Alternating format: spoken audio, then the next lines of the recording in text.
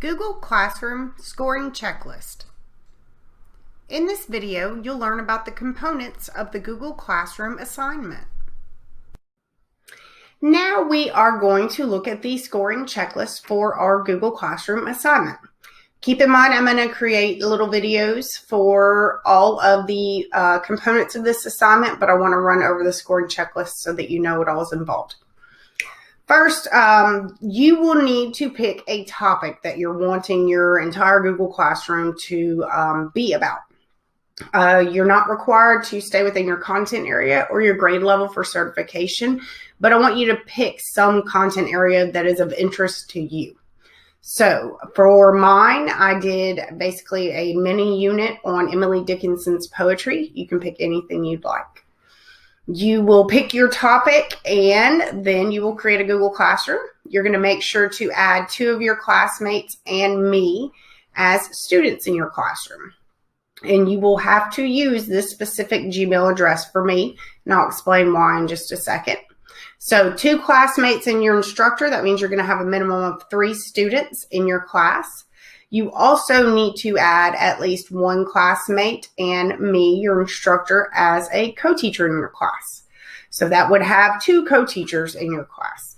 You need to make sure and use those specific Gmail addresses for me because you cannot be both a teacher and a student in the same Google Classroom. So I have to have them added specifically like that so that I can access your classroom correctly. You will then create an assignment inside Google Classroom, and it's going to basically be some sort of mini assessment of what knowledge your students would have learned if they were actually working through your materials and resources. And you need to make sure that your directions are clear and that your students understand what they're supposed to do inside the assignment. If they're supposed to submit a Google Doc, make sure and say that. So specify what you want your students to do and how you want them to show you their learning, how you're going to assess it. That does not mean you have to create a whole rubric though. You also need to make sure that inside the assignment you set the due date. This is really important because I think we can all agree if there were no due dates on assignments, we probably wouldn't do them, right? Then you will create an exit ticket. This is done by using the question function inside Google Classroom. And in there, you need to ask an exit ticket question about any knowledge that your students should have gained from your resources. And make sure that your topic is set inside of there and that your date is set.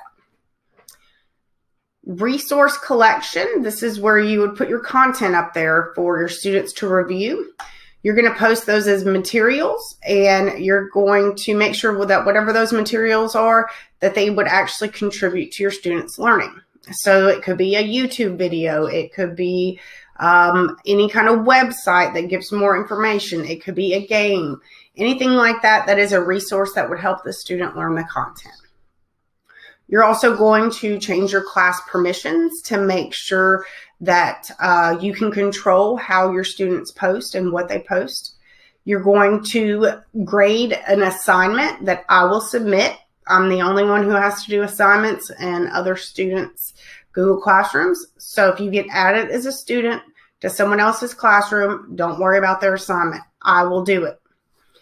And then you need to make sure you also use the functionality in Classroom that we'll go over in a minute to transfer your grades over to Google Sheets. And that is the link you'll submit for this class in Moodle.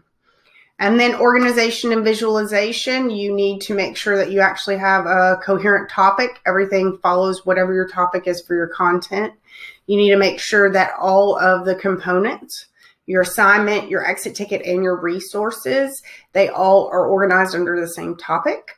And then make sure that you do some sort of personalization and make that Google Classroom your own. And then, of course, at the end, you will take a picture of some sort of visual representation of your Google Classroom and post that to your portfolio with your knowledge gained and your connections to teaching and learning.